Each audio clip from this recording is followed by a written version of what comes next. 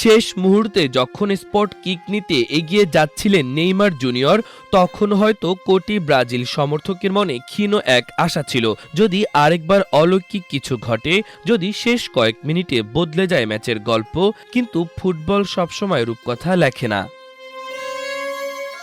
Penalty থেকে ঠান্ডা মাথায় গোল করলেন নেইমার। বল জালে জড়ানোর পরও তার চোখে ছিল না পরিচিত উচ্ছ্বাস, কারণ তিনি জানতেন এই গোলটি হয়তো কেবল ব্যবধান কমাবে, কিন্তু ব্রাজিলকে বিশ্বকাপে বাঁচাতে পারবে না।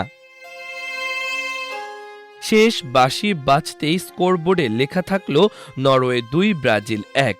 এর সঙ্গে শেষ হয়ে গেল ব্রাজিলের হেক্সা স্বপ্ন, আর শেষ হয়ে গেল ব্রাজিলিয়ান সুপারস্টার নেইমারের যুগ।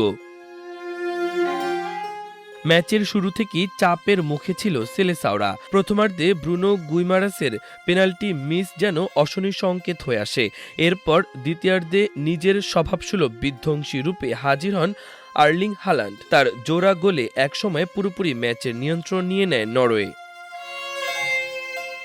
ব্রাজিল চেষ্টা করেছে, আক্রমণ করেছে, কিন্তু শেষ পর্যন্ত ভেঙে পড়েছে ফিনিশিং আর আত্মবিশ্বাসের অভাবে। ম্যাচের শেষ দিকে নেইমার ফাউলের শিকার হলে পেনাল্টি পায় ব্রাজিল। অধিনায়ক হিসেবে দায়িত্ব কাঁধে তুলে নিয়ে নিখুঁত শটে গোল করেন তিনি, কিন্তু সেটি ছিল বিদায়ের আগে শেষ স্বাক্ষর, শেষ আনন্দ নয়। রেফারির শেষ বাঁশি বাজার সঙ্গে সঙ্গেই ইতিহাস গড়ে প্রথমবারের মতো বিশ্বকাপে কোয়ার্টার ফাইনালে উঠে যায় নরওয়ে। আর মাঠের এক কোণে নীরবে দাঁড়িয়ে থাকে নেইমার। ম্যাচ শেষে অপেক্ষা করছিল আরও বড় ঘোষণা। সাংবাদিকদের সামনে আবেগ ধরে রাখতে পারেননি ব্রাজিলিয়ান মহাতারকা। তিনি বলেন, আমি চেষ্টা করেছি। মেটলাইফ স্টেডিয়ামে শুরু হয়েছিল, এখানেই শেষ হলো, এখন সব শেষ। এই কয়েকটি বাক্যই যেন বদলে দিল কতটা অপূর্ণতা নিয়ে বিদায় নিচ্ছেন তিনি। ব্রাজিলের ইতিহাসে সর্বোচ্চ গোলদাতা নেইমারের গোল সংখ্যা ৮০। অসংখ্য স্মরণীয় মুহূর্ত, অবিশ্বাস্য ড্রিবল, দুর্দান্ত গোল, হাজারো জয়। কিন্তু একটি স্বপ্ন অধরাই থেকে গেল বিশ্বকাপ। ২০১৪ সালে স্বপ্নের সেমিফাইনালে উঠেও ইনজুরির কারণে খেলতে পারেননি। ২০১৮ ও ২০২২ সালে কোয়ার্টার ফাইনালে থেমে যেতে হয়েছে। আর এবারে বিশ্বকাপে শেষ ১৬ থেকেই বিদায়। শেষ পর্যন্ত ব্রাজিলের জার্সিতে বিশ্বকাপ ট্রফি ছুঁয়ে দেখা আর হলো না তার।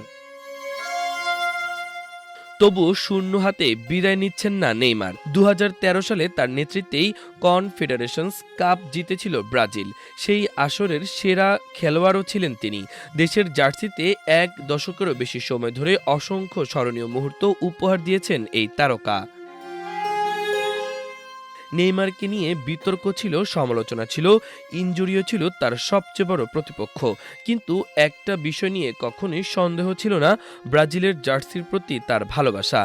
আজ সেই অধ্যায়ের শেষ পৃষ্ঠা লেখা হয়ে গেল।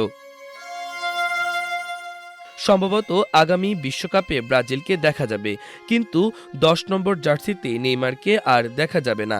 গ্যালারিতে আবারও সাম্বার তালে নাচ হবে, গোলও হবে, নতুন নায়কও আসবে। কিন্তু এক প্রজন্মের কাছে ব্রাজিল মানেই যে ছেলেটি ছিল ড্রিবল, হাসি আর স্বপ্নের নাম নেইমার, তার আন্তর্জাতিক যাত্রা আজ আনুষ্ঠানিকভাবে শেষ হলো।